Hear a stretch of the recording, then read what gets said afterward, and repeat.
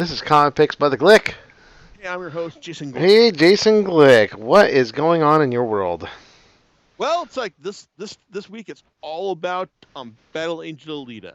I mean, no, not Alita Battle Angel. It's Battle Angel Alita.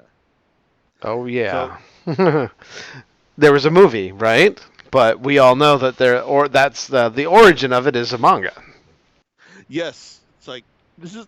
I mean, like for a lot of people, like myself included, it's like the great white hope for battling for live action anime adaptations for like the last couple of decades. Really has been James Cameron taking on Battle Angel Alita, because we all heard about how after he his success of Titanic, he even went and acquired the rights to Kishiro's classic cyberpunk manga. And it's like for the guy who gave us Aliens and the Terminator movies, it's like this seems like a perfect mix of talent to material. I mean, like a guy who would give us like lots of great like strong female protagonists in the form of like Sigourney Weaver's Ellen Ripley in the sequel. It's like Linda Hamilton's it's like character in the Terminator film. It's like, okay, this is like for a guy who could do like Alita Justice in live action. We thought that Cameron was going to be our guy, and then we waited for years. It's like, okay, it's like we and then like while it seemed like Alita was going to be his Titanic follow up, well then Avatar came along, and then that kind of consumed him. It's like for a good long while after that, and then after Avatar came out, we thought, okay, well maybe it's like he's gotten that out of the system now. Maybe we'll get Alita now, and then he's got like four Avatar sequels after this. Okay, so we'll see how this goes. And then a couple of years ago, it was announced that Robert Rodriguez of Desperado, From Dusk Till Dawn, and Sin City fame, and the Spy Kids movies, and Sin City as well. Well, it's like he was going to be taking the reins from the project. It's like even though it's like Cameron was going to be like Silverman as on as producer and co-writer of the it's like of the whole thing. It's like, well, okay, well maybe this will turn out all right. And you know what? I saw the movie. It's like during its during Wednesday night previews, and hey, it's good. It's like considering the extremely low bar that live action anime has set for itself over the past couple of decades. I mean, I didn't hate Ghost in the Shell. It's like, but I wouldn't say it's like something that people should like actively seek out as like a misunderstood classic or anything. But I did enjoy the live action Battle Angel Alita. It's like the thing is though, it's like it's got like I said, the visual effects are fantastic. The acting from the main character, from all the principal actors, is solid all around. Especially with Rosa Salazar as Alita, just when she has to do pretty much all of her work through motion capture. And it's like, yeah, even though I still think the idea to give her like big anime eyes, it's like for her like interpretation of Alita was a mistake, because come on, it's like you're not fooling like anyone who like looks at this, who's familiar with the source material, or is aware of like Alita's origins as a manga, or is familiar with the two episode OVA adaptation of the first two volumes, is gonna look at this and go, oh wow, you're trying to give her big anime eyes, just like the source material. Yeah, that's kind of dumb, you know. And yeah, it is, but it's like but watching it, it's like it wasn't like distractingly dumb. It didn't like her character didn't fall into the uncanny valley. In fact, it's like I think that the overall quality adaptation was pretty solid. I mean, this is clearly made by people who were familiar with the source material. In fact, like it's also made by people who were like really familiar with the anime adaptation as well, because the character played by Jennifer Connelly, Sharon, she is specifically from the anime adaptation, like of the manga, and I in it's like well, you can understand, like, okay, maybe you want to hold that against against the this live action version itself as like, oh, well, you're just like, like focusing on the adaptation. But it's like, I'm gonna be honest with you, people. It's like watching that original 2 episode OVA adaptation. It's like was what really convinced me to dive into the manga itself. It's like I like after watching those 2 episodes, I thought, wow, holy shit, this is really good. Like, and you're telling me there's more out there. There's more out there in like like a comic book form. Shit, yeah, sign me up. So yeah, it's like I'm absolutely not gonna hold. It's like hold the like Cameron and Rodriguez's decision to focus on this on adapting large parts of the it's like of the anime. It's like for their version. It's like for their live action version, like against it. So and and Circle it really was just kind of interesting just to see just to watch it and just like acknowledge like what parts were from the anime, were from the parts were from the manga directly because like all the mortar ball stuff, that's from the third and fourth volumes of the original manga release, like in it's like in the US. So and it's like it's and like I said, there's some really cool stuff. It's like in there. It's like like Rodriguez knows how to handle action, and the acting is generally pretty strong overall, even if they're all just kind of like delivering a script that is basically really expository. It's like and generic. 'Cause like my biggest complaint with the film was that the script is just kind of like really dull for the most part. I mean, it does a good job of like of setting up, explaining the world of Battle Angel Alita and the characters and their motivations. Yeah, even though it's kind of like hard to explain, like why someone like Doc Ito, like who is initially introduced as being really against participating in motorball, like suddenly decides, oh yeah, I'm gonna like help like set you up for it, like like 3/4 of the way through the movie. That's that's kind of annoying. But overall, it's like I mean, like the script is just like it's like most of the characters just like really just spouting exposition and words that just just like to further the plot. It's like it's one of the like reviews of the film of the movie that I read basically said that it's got like Cameron's facility for world building without his like knack for memorably cornball dialogue. And speaking as someone who has good memories of the great one-liners from Aliens and Terminator 2, True Lies and Titanic, it's like and even it's like Avatar. It's like I gotta admit, yeah, it's like I kind of wish like there had been a bit there had been like there's not even like a lot of good bad dialogue. It's like in this film. That's kind of like its biggest weakness here. It's like, but overall, it's like I said I was really entertained, and it's like, and if you're like thinking like this is gonna be like a bad movie, it's like that I have to say nah, it's good. It was entertaining, and it's like it's true to the spirit of Alita, like her character and the manga and the anime itself. In fact, like it's also really it's actually a really close adaptation, like comparable to the anime and the manga itself. It only really goes like in its own direction, like with the presence of Destinova. It's like I did like his quote unquote appearances through the movie as kind of like the man behind the characters. It's also at odds with how he's presented in the manga. That being said, though, um, it's like the actors they got to cameo as him at the very end of the movie. It's like I'd be totally on board with him, like representing Nova. It's like in the sequel, if only because I think that he's probably really good at capturing Nova's manic intensity. It's like as we've seen him in the manga.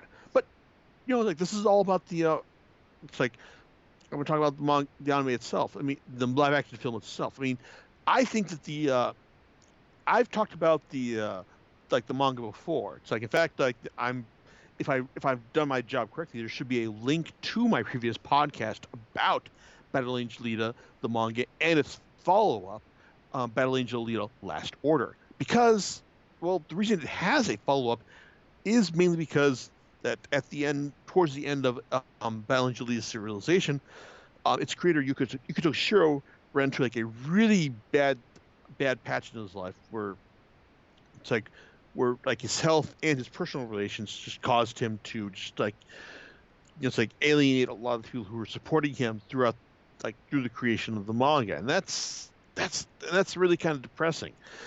But and that's what led to the we gotta wrap this up now ending that the original Battle Angel Alita manga has.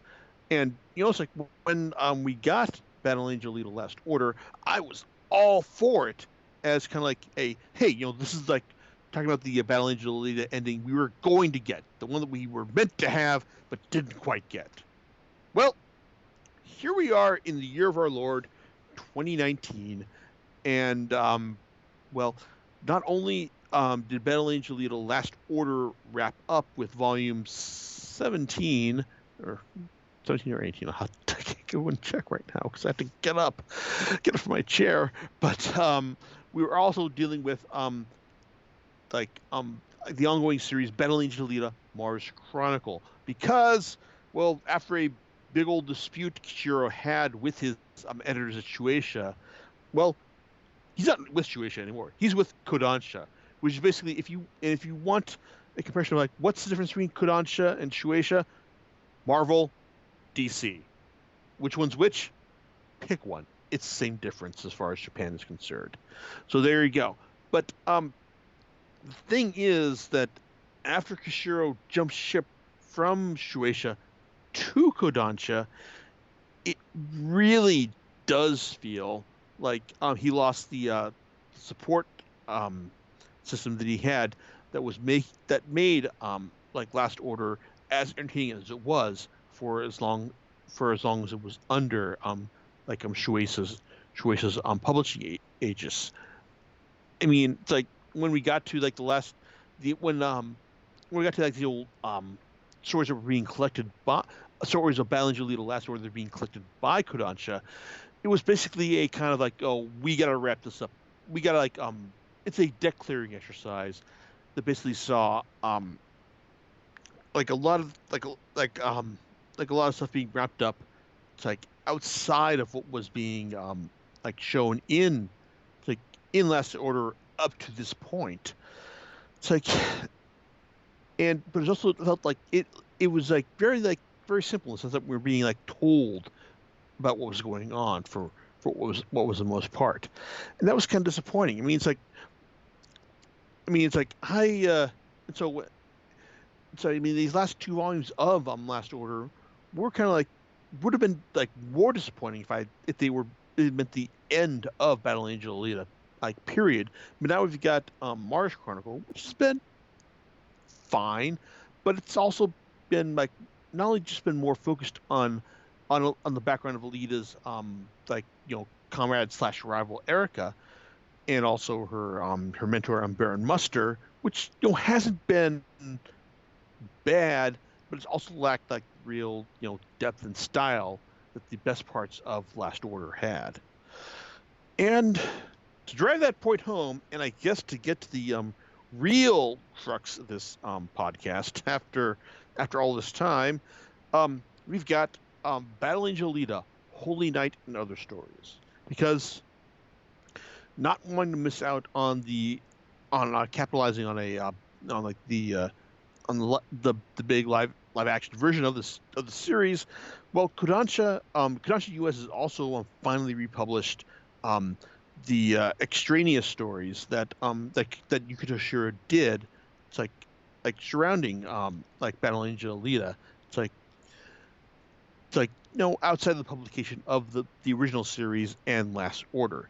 These stories include the title story, Holy Night, as well as like the action-based Sonic Finger, and then it's like the one-shots Hometown and Barjack Rhapsody. Now, it's worth noting that these stories were that while Kodansha is republishing these stories were originally published like while Kishiro was still affiliated with Shueisha, and as such, it's like they they maintain like the same kind of like style and depth that you'd expect, like like while from the story from the Battle Angel Leader stories he was selling while he was working with them. Like that being said, it's like they're all pretty solid. In fact, if you're like me and you're still clinging to your unflipped Battle Angel Lita like stories from Viz, um like this is you'll read these and you'll think, yeah, these are kind of like this is kind of like what I expect from like Ashiro, because Holy Night, it's like it fills in some like interesting gaps in the history of Doc Ito, the guy who found Alita in the scrap in it's like in Iron City's junkyard. It's like it's basically the story of like how he was like 2 years out from being exiled from Zalan Mortiferes. It's like if you've read the original manga, it's like and like how he's just like trying to find a living both as a it's like as a cyber doctor and hunter warrior, and well he's kind of doing a bad job of both, but one night during Christmas, it's like he finds this one girl. It's like being menaced by a giant robot, manages to save her, and while she's unable to communicate in it's like anything resembling English, it's like he names her Carol, and decides to take care of her, like reasoning that she's kind of lost her memory due to a shock from her situation. And the actual reasons of this, like, well, if you've ever seen the movie The Island, well, you might have a good idea of where story is going to go, because I guess I kind of spoiled it for you. But it's like it's a nice, interesting story of that's more about like Ito, that shows you how Ito acclimated to life like in the scrapyard. It's like it's like and it's like and also just how it's like at first it's and how like the story just like shows him just kind of giving up. It's like until like he realizes what's really going on. It's like that's kind of cool. It's like it's like I said, it's a good like like explanation of his background, and I appreciate it for that. The story that follows, the two-part Sonic Finger, takes place after Alita defeated Jashugan. It's like in the Motorball. It's like in the Motorball finals, and before she faced off against Zapan again in it's like in the stories that followed. Now, the thing about Sonic Finger is it made me realize that the original run of Alita really had no filler at all. Like it was just like every installment of the series just like kept pushing the series forward. It's like and that you really can't take anything out of it without just disrupting the like the flow of the series as a whole. Sonic Finger, on the other hand, is basically filler, as it basically involves like Alita and the fan base that she's amassed subsequent to her Motorball championship. I'm just trying to deal with a guy who a legendary legendary secret bounty like fighter, someone who hasn't managed to be on the factory's official bounty list because he doesn't use guns. He uses ball bearings. So because he knows how to like fling them just right in order to like inflict maximum damage. And as far as a straightforward action story goes, it's pretty good. I mean, it's interesting seeing this guy, it's like dismantle Alita's fan club prior to taking on Alita herself. At which point, no, of course she's going to defeat him. I mean, it's like we've read the series. I mean, we know she's going to win. So there you go. But it really does. I mean, it's stylish filler, but it's filler for a series that kind of wrapped up like several years back.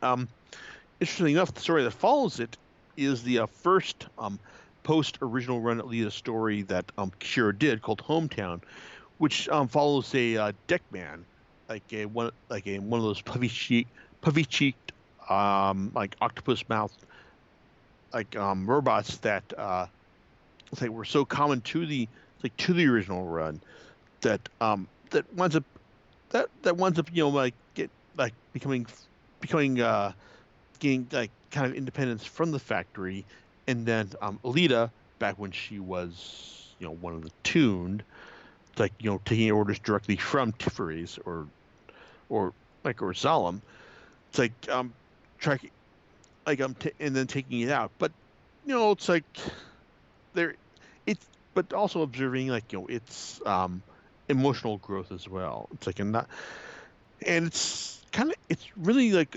Hometown is interesting just for like the level of like silent storytelling that it represents, because there's really not a whole lot of dialogue throughout throughout its run, and it's just like and it's just interesting to observe like how Kishiro tells a story, just just from the silent perspective. I mean, there's a lot of silent bits in Sonic Finger as well, and those are pretty impressive as well.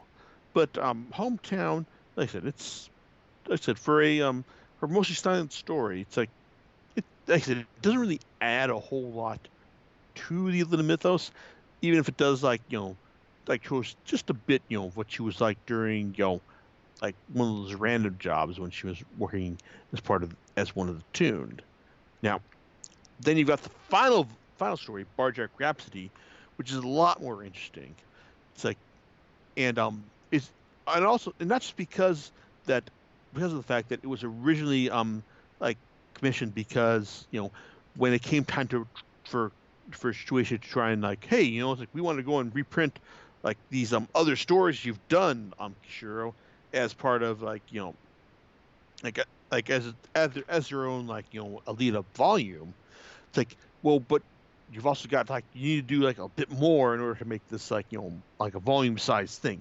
Well, Barjack Rhapsody is pretty entertaining because it follows on from the from the story in Last Order that showed you what Koyomi, the little girl who was originally introduced as a like as the baby daughter, like of adopted baby daughter of the bartender who ran like the Hunter Warrior Bar Kansas, like in the original series, and then like we saw her as the like remember the rebel as the like quote unquote mascot of the Barjack band of rebels led by Den.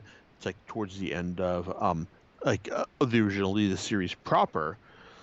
Well, it's like now she's trying to like work out a living for herself as a as a photographer for for for the news media that's sprung up at post Barjack, and she's not having a good time of it.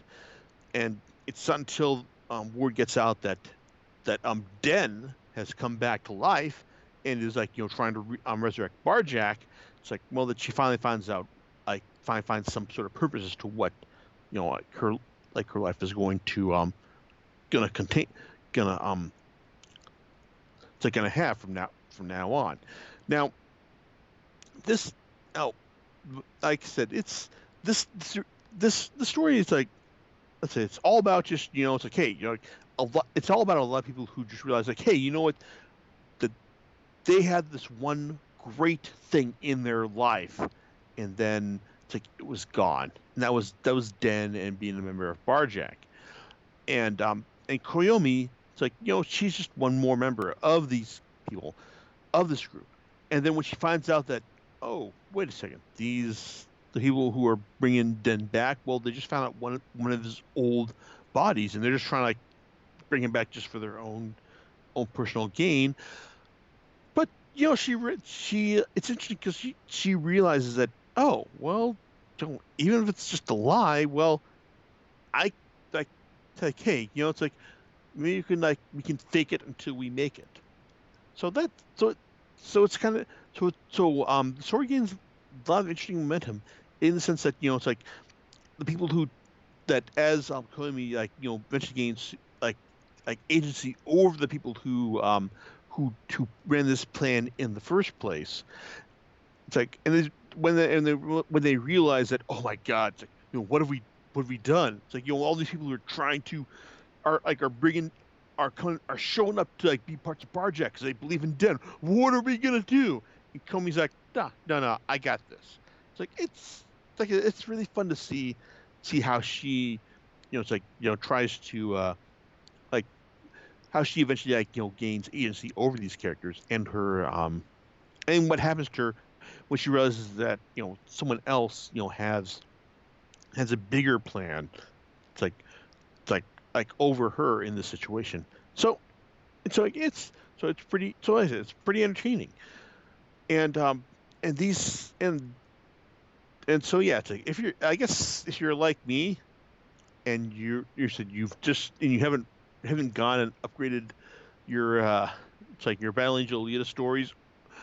It's like this that Holy Knight and other stories is absolutely worth um adding to your collection because it's a good selection of stories that yeah, even for the parts that are filler like Sonic Finger, they're still pretty entertaining and they add a lot to your to the overall world of Battle Angel Alita.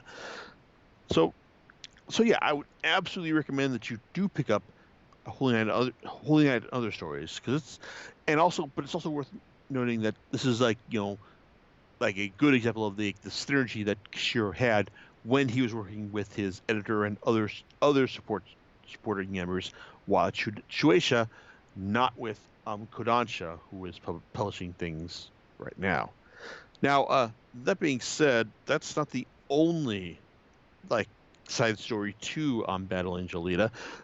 It's like, in fact, it's one of the most notable Battle Angel Alita side stories. Also mentioned is also touched upon in the back matter to this volume, which I think is great because Kishiro goes on length about about the context of which these stories were created.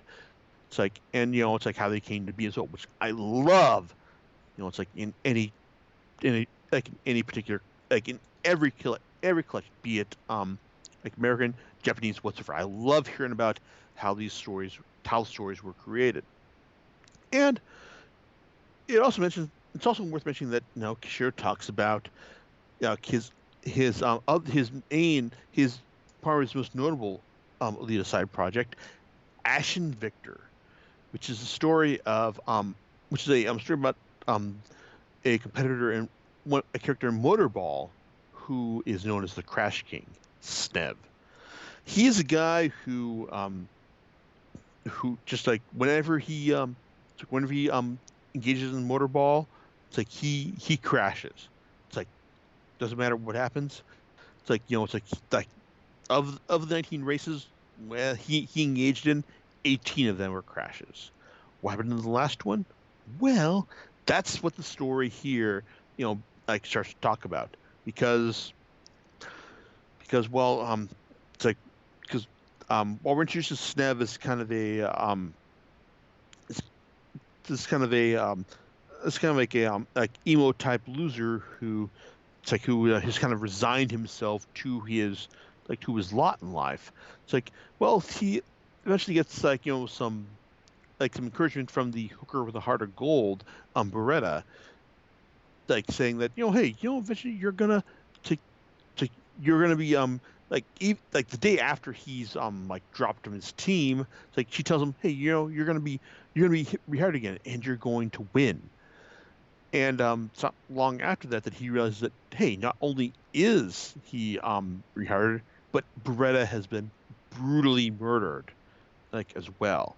It's like and so Snev has to find out along with his the one member of his team who believes in him. It's like and also another member of Beretta's another friend of Beretta's who was in the sex trade, like to find out just what happened to her, why she was murdered in the first place.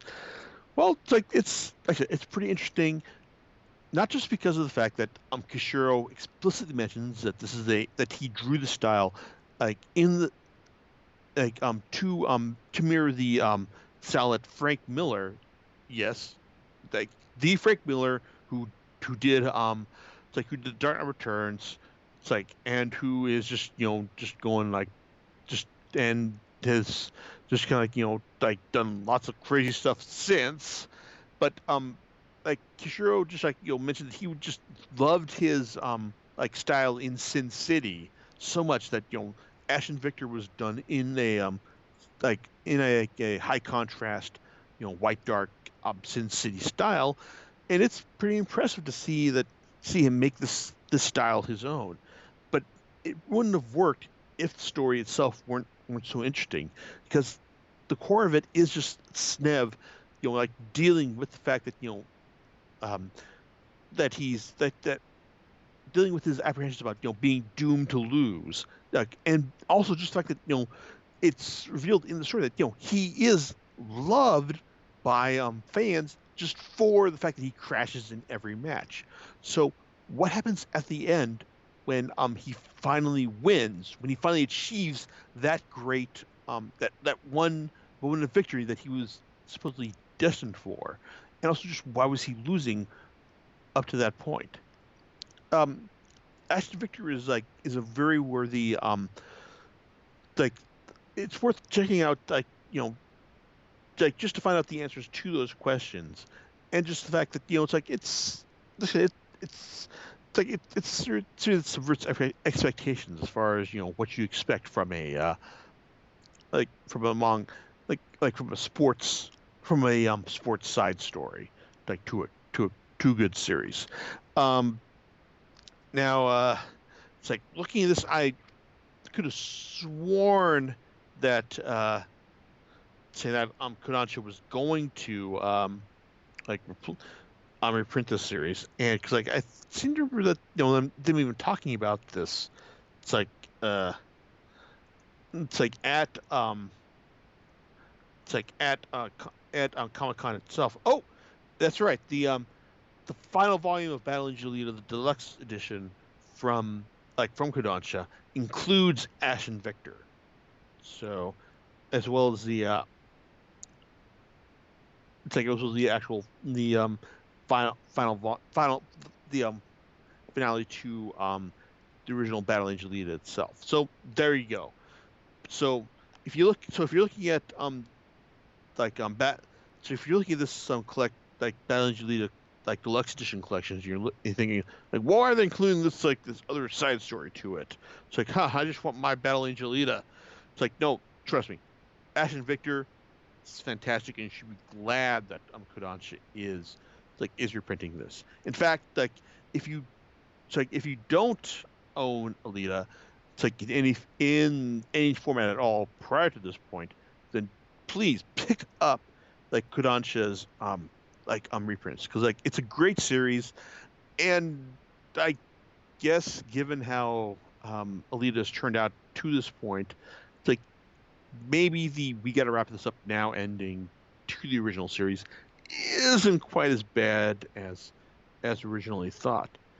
So really, it's like if you haven't picked it up, like Battle Angel Alita Deluxe Editions Volumes 1 through 6, Volume 6 including the consisting of Holy Night and other stories, must add to your collection. And well, it's like, hey, if you want to go see the movie, I I think you should go see that too.